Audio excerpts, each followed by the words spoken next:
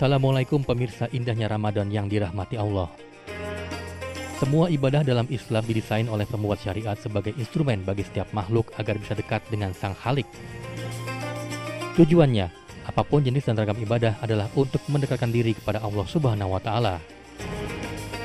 Tidak ada ibadah yang ujungnya justru melebarkan jarak antara makhluk dengan Sang Khalik. Ibadah merupakan ritual umat beragama yang biasanya dapat memperkuat spiritualitas dan memperkaya batin seseorang. Tetapi terkadang ibadah yang dilakukan seseorang, baik itu sholat, puasa, zakat, atau haji, terasa hampa dan kering makna. Semua ibadah itu dijalani hanya untuk sebagai rutinitas semata. Sholat, puasa, dan haji tidak dijalani dengan penuh kesadaran sehingga ibadah yang dilakukan terasa tidak memberikan kepuasan batin. Lantas, apa yang membuat ibadah yang dilakukan seseorang terasa hampa dan tanpa makna?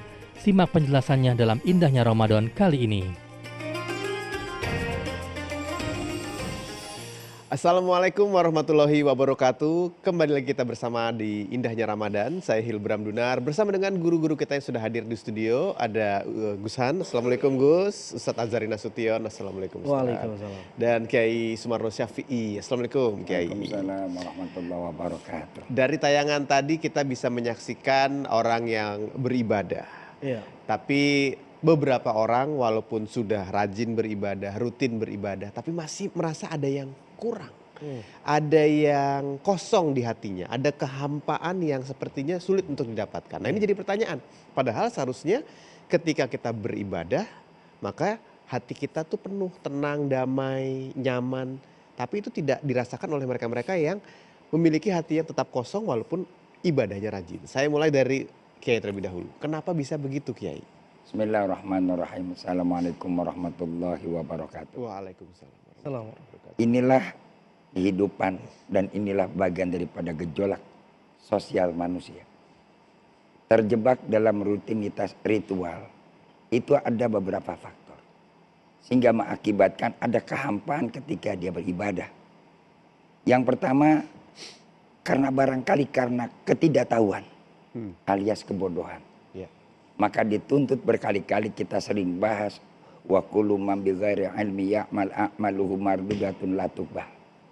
Orang harus di dalam melakukan segala apalagi amal ibadah dia harus didasari dengan ilmu. Yang kedua, karena mereka terkait dan terjebak dengan rutinitas sosial yang begitu tinggi. Ya man istagal bidunya qad garhatulal amal. Dia sibuk dengan urusan dunianya, dia sibuk dengan urusan materinya, dia sibuk dengan segala harapan, ekspektasi, cita-citanya untuk meraih apa yang ia dapat inginkan. Sehingga akhirnya dia lalai ketika pada waktu sholat. Yang lalai bukan gerakannya, yang lalai bukan lagi ucapannya, tapi jiwa hati mereka kosong. Nah, inilah Allah sebut dalam Al-Quran. Allah berikan singgungan yang cukup tinggi kepada kita semua. Qad aflahal mu'minuna alladzina hum fi sholatihim khashi'un. Beruntunglah orang-orang yang melakukan sholat yang mereka itu khusyuk di dalam sholatnya. Yang jadi pertanyaan kepada kita sekarang, apa sih yang namanya khusyuk? Al-khusyuk hudurul qalbi wa tamamul arkani wa syur. Yang dikatakan khusyuk itu adalah dia harus ketika dia melakukan ibadah itu, dia harus hatinya ikut hadir. Sebagaimana arti sholat yang dia lakukan. Perintah sholat, akimi sholat, aqama yukimu. Bukan sekedar melaksanakan sholat. Kalau aqama yukimu, dia mendirikan sholat, ada ruh, ada jasad. Ini hanya yang bergerak jasadnya, tapi ruhnya tidak bergerak. Nah, inilah yang menjadikan kehampaan di dalam apa yang dia lakukan pada waktu ibadah. Gusan, kalau dari Gusan sendiri apa yang dilakukan untuk menggerakkan ruhnya? Ya, pertama kita harus mengapresiasi dulu kepada orang yang mau melakukan ritual. Karena ada orang yang beragama tapi nggak mau berritual. Ya kan? Pertama memang untuk beribadah, niatkan dulu kalau misalnya ikhlas itu masih belum terbentuk, maka yang penting biasa dulu berbuat baik. Nah, mungkin kalau sudah ritual, pertanyaannya adalah apakah sesuatu yang sudah dilakukan setiap hari bisa mempengaruhi dalam jiwa kita atau tidak? Padahal sebenarnya Islam itu kan agama problem solver. Ya. Agama yang memberikan solusi, agama yang memberikan jalan keluar bagi segala permasalahan. Nah, berarti ada something wrong di dalamnya. Ya. Yaitu diantaranya adalah tingginya hubbud dunya. Iya. Nah, hubbud dunya inilah yang menutup di dalam hati kita. Di dalamnya ada ekspektasi. Di dalamnya ada keinginan-keinginan yang melebihi dari apa yang mestinya kita dapatkan. Sehingga apapun yang kita lakukan masih merasa kurang. Iya, Iya kan? Iya. Nah, rasa kurang ini tertutupi lagi karena tidak ada tasyakur, tidak ada rasa syukur pada Allah SWT. Iya. Ada ekspektasi, kufur nikmat, dan juga terlalu banyak keinginan dan angan-angan. Sehingga membuat apapun ritual kita itu masih belum bisa menjawab dari segala kebutuhan hati kita, rohani kita. Iya, iya. Nah, ini yang menjadi permasalahan. Ada semacam kayak, loh ini perasaan sholat sudah setiap hari, Nah, itu dia. ya kan? Tapi kok nggak berdampak di dalam sikapnya, Iya. nggak berdampak dalam cahaya mukanya, dan lain sebagainya. Iya. Nah, ini seperti itu. Oke, Ustadz. Saya kira banyak jawaban, variabelnya banyak. Tapi paling tidak menurut saya catatan saya 3 hal. Yang pertama, kita susah membedakan antara rutinitas dengan ritualitas. Banyak orang sholat setiap hari tapi dalam sholatnya flight to the sky, ngawur. Kenapa ini terjadi? Karena poin yang kedua, kenapa dia rutinitas tetapi tidak ritualitas? Kalau dia ritualitas maka dia sebenarnya tidak hampa. Yang terjadi karena dia sekedar rutinitas, yang terjadi apa? Nah, yang kedua, flavorless. Hambar rasa ibadahnya. Maka yang kedua penyebabnya terasa apa? gitu ya? Tidak terasa. Yang kedua penyebabnya apa? Dia tidak memaknai ibadahnya. Tidak memaknai ibadahnya. Sehingga nggak ada rasa ibadahnya. Apa pernah ketemu burung beo, Mas Hilbram? Yang Burung ngikutin beo tuh, aja. Assalamualaikum, Assalamualaikum.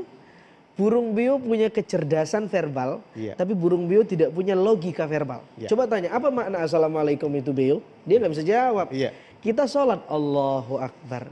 Diharapkan kita mampu tafahum, memaknai, bukan hanya berucap Allahu Akbar. Kita apa sih makna Allahu Akbar? Oh, maknanya mengkerdilkan diri. Apa makna ruku? Oh, ruku itu bukan hanya membungkukkan raga tapi membungkukkan nafsu. Dan seterusnya dan seterusnya. Maka setiap ibadah kita itu mendatangkan makna baru, makna baru, makna baru. Yang juga membuat orang kenapa terasa hambar sehingga jiwanya anxiety, tetap cemas meskipun beribadah, karena dia beribadah lebih pada panggilan beban, bukan kebutuhan. At-taklif, bukan al-hajah.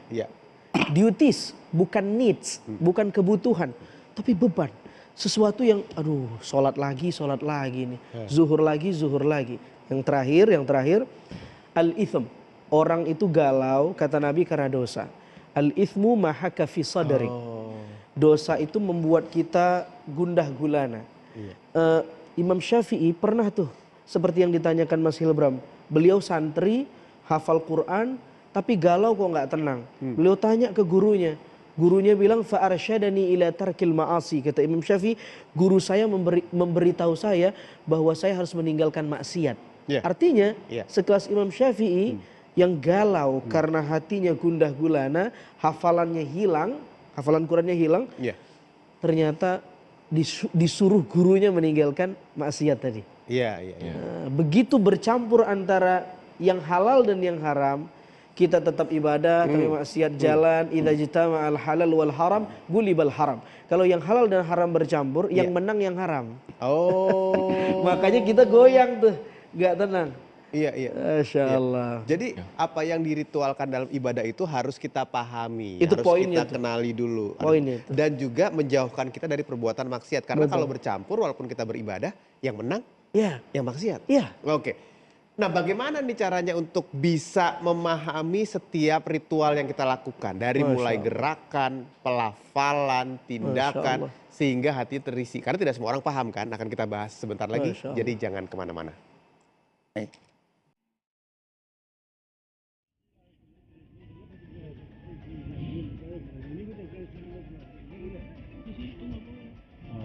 Inilah rumah kelahiran Rasulullah Muhammad SAW.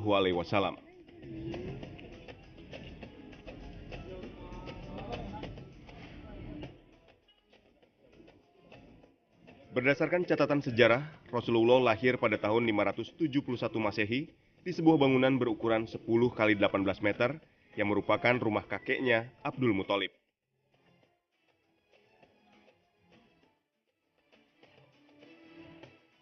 Rumah yang berada dekat dengan Masjidil Haram, tepatnya di sisi timur Ka'bah, kerap dikunjungi para peziarah. Pemirsa, ini merupakan salah satu tempat bersejarah yang ada di Mekah, Arab Saudi, yakni rumah masa kecil Rasulullah Muhammad SAW. Jika dilihat memang bangunannya ini sudah tidak seperti situs peninggalan sejarah lagi karena memang sudah direnovasi oleh pihak kerajaan Arab Saudi dan juga sudah dialihfungsikan menjadi perpustakaan Mekah Al-Mukarramah sejak 1370 Hijriyah. Walaupun sudah dijadikan perpustakaan, ini tidak sembarang orang yang bisa masuk ke sini karena memang dikhawatirkan ada terjadi. Yang pertama adalah adanya orang-orang yang berdoa menghadap ke rumah ini, dan yang kedua adalah dikhawatirkan ada yang mengusap atau mencoret bangunan ini karena memang untuk peziarah ini dilarang datang ke sini karena tidak ada dalilnya untuk berziarah ke tempat ini.